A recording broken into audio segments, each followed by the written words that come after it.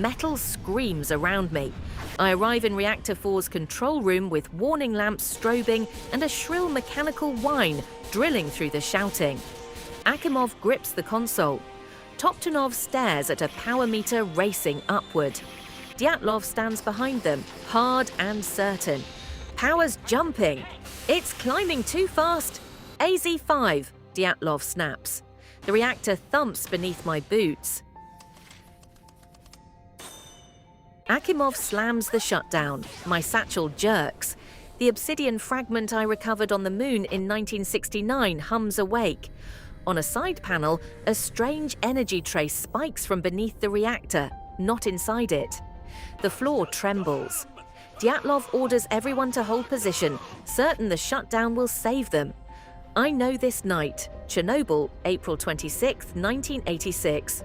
This test was meant to see whether a slowing turbine could briefly power emergency pumps after a blackout. Delays shoved it onto an exhausted night crew under pressure to finish. Akimov is trying to hold the room together. Toptunov is watching absurd readings. Dyatlov is enforcing obedience. And the RBMK reactor is primed for disaster. At low power, it becomes unstable. Steam bubbles can increase reactivity instead of reducing it. Worse, the control rods carry graphite tips, so the emergency shutdown can briefly drive power up before forcing it down.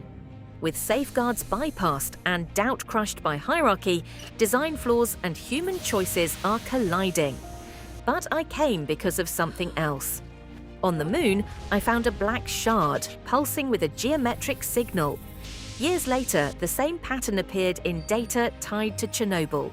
I came to learn whether this catastrophe was only human failure or whether another hand was using it.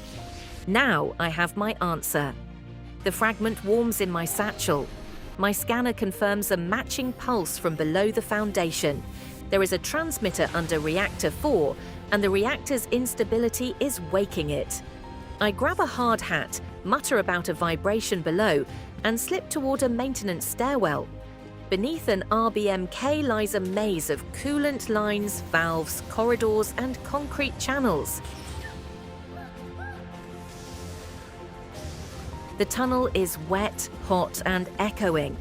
Through a grating near the reactor base, I see an obsidian dark column embedded in concrete and wired into plant sensors. Beside it, a figure in protective gear works a compact angular device marked with the same symbol I saw on the moon. So that is the trick. This device did not create Chernobyl. The operators, the design, the pressure, the silent safeguards, all of that is tragically real. But someone is using the coming explosion as cover to stabilize the buried signal and harvest whatever the reactor reveals in its death throes. If I stop them, I risk history. If I do nothing, I give them a perfect extraction. I charge into the chamber. "You shouldn't be here," the operative says. Neither should that transmitter. The pipes overhead rattle harder. The operative raises the device. In disaster, no one questions strange readings. History is not your laboratory. It is everyone's. I lunge. We slam into the controls wrapped around the column. I wrench a cable free and jam my lunar fragment into the stabilization path. The signal bucks instead of locking cleanly. Cracks race across the black surface. I cannot stop the explosion now, but I can spoil their clean harvest. Afterward, history keeps its terrible course. Firefighters climb toward lethal radiation. Pripyat watches the glow before evacuation. Contamination spreads across Europe. Chernobyl becomes a human catastrophe and a political shock that helps crack the illusion of Soviet infallibility. It also changes nuclear safety forever, proving that secrecy and bad information can be as dangerous as the reactor itself. Days later, among cleanup crews, I scan the haze and see the figure again. The operative stands by the ruins holding a blocky handheld device, its tiny screen streaming data from the dying reactor. So I did not stop them completely. The figure taps one command, looks straight at me, and vanishes into the radioactive shimmer. That is the colder lesson of Chernobyl.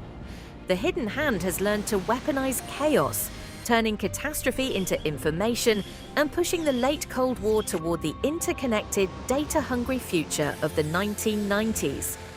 I trigger my escape with Geiger clicks in my ears. My moon fragment is cracked.